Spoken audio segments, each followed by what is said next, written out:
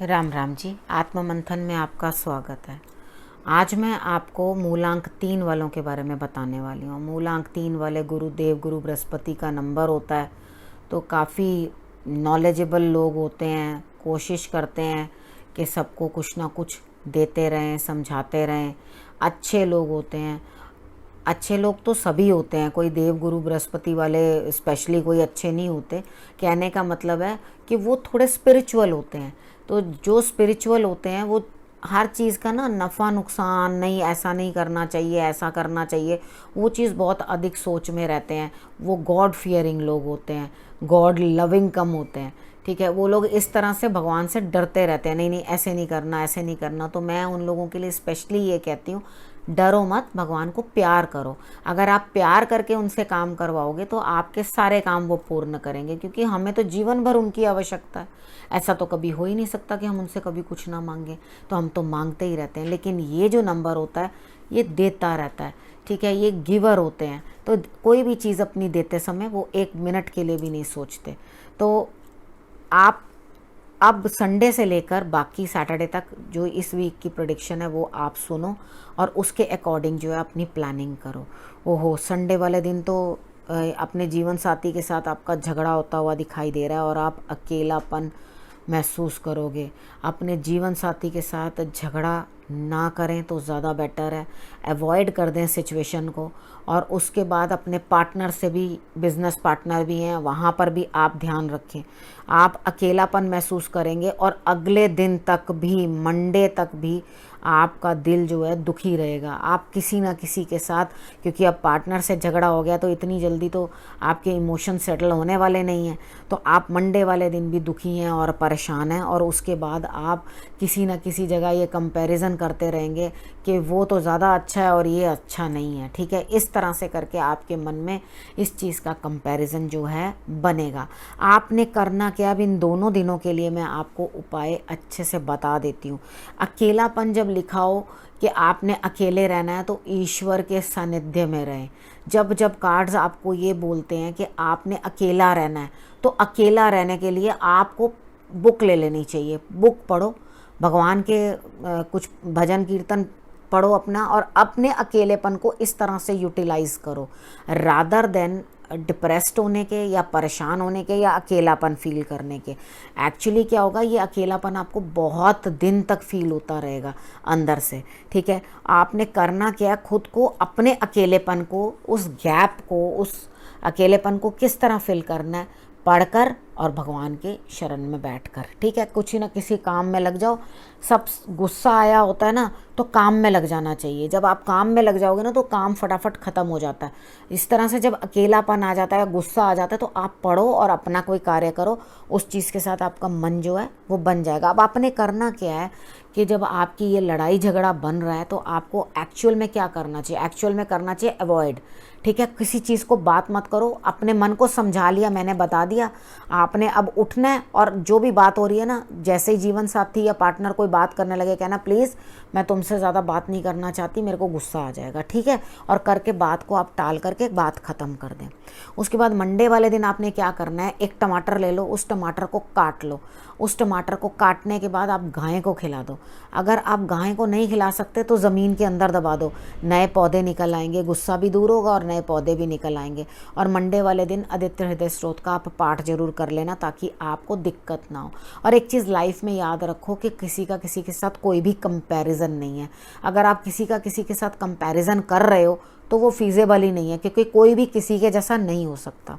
ठीक है, नेक्स्ट हम बात कर लेते हैं ट्यूसडे की।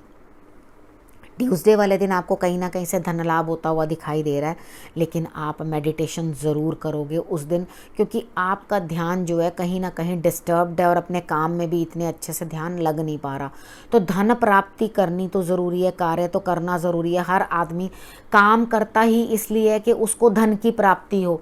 ठीक है, वो इसलिए तो काम नहीं करता ना कि उसको धन की प्राप्ति ना हो। तो जो कार्य कर रहे हो उसके एवज में धन की प्राप्ति होती हुई ट्यूसडे को आपको दिखाई देती है। तो आप हनुमान जी की आराधना ज़रूर पर ज़रूर करना, और शंकर भगवान को जल चढ़ा सको तो इससे अच्छी कोई बात नहीं है।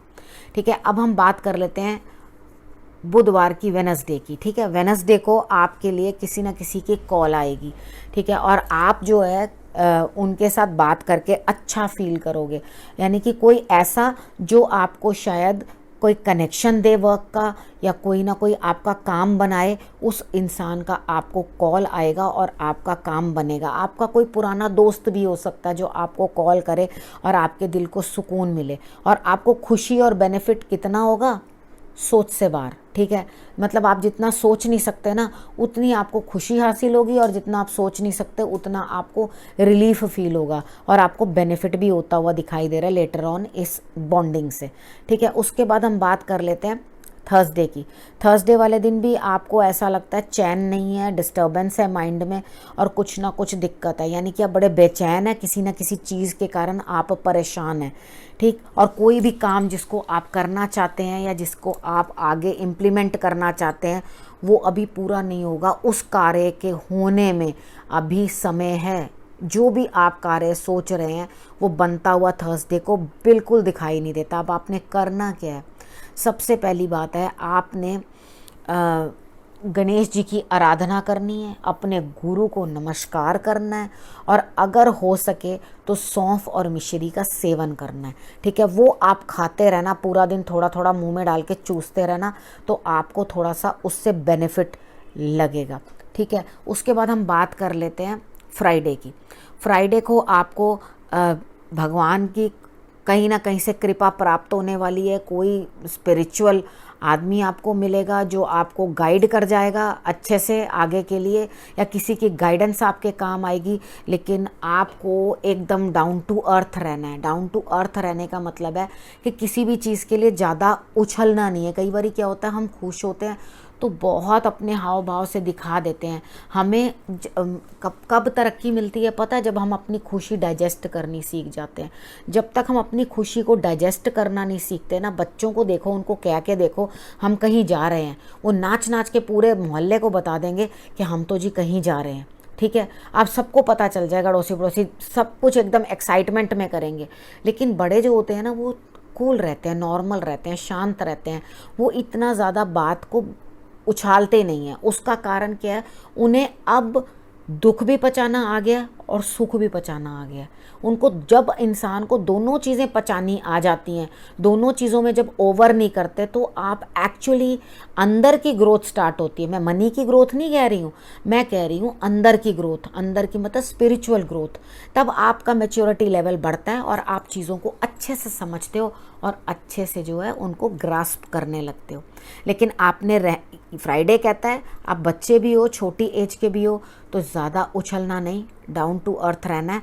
और अगर ईश्वर आपके ऊपर कृपा कर भी रहे हैं तो आपने उस कृपा को नतमस्तक होकर लेना है, यानी कि थैंक यू ज़रूर बोलना है। उसके बाद सैटरडे वाले दिन फिर आपके लिए कुछ अच्छा नहीं दिखाई दे रहा मुझे, तो अब सैटरडे वाले दिन आपने क्या उपाय करना है। सैटरडे वाले दिन आपने या तो हनुमान जी के मंदिर में झंडा अर्पण कर दो, नहीं तो केले। इन दोनों में से एक चीज़ जो है आपने हनुमान जी को चढ़ा देनी है। ठीक है, उसके बाद आपने किसी ना किसी की आपको गाइडेंस जरूर प्राप्त होगी, यानी कि आपको कोई ना कोई मार्गदर्शन करेगा और आप सही रास्ते के ऊपर चलते हुए दिखाई देते हो। ठीक है, उसके बाद आपने करना क्या है, आपने जब किसी की गाइडेंस ली है तो उसके अकॉर्डिंग ही चलना। लेकिन मेरे कहने के ऊपर आप केले ज़रूर मंदिर में दे देना। ये कार्य आप ज़रूर कर लेना। हनुमान जी की आराधना कर लेना और उनके अपने स्क्रीन सेवर के ऊपर हनुमान जी के झंडे की फ़ोटो लगा लेना। ठीक है, और आजकल तो वो कुछ हिलते हुए भी आते हैं सब, जैसे झंडा भी है वो भी मूवेबल है, इस तरह से आने लगे हैं। देखो मैंने आपको पहले भी ये चीज़ बताई थी कि हम जो भी कुछ बोलते हैं या कहते हैं वो सब चीज़ आगे आती है।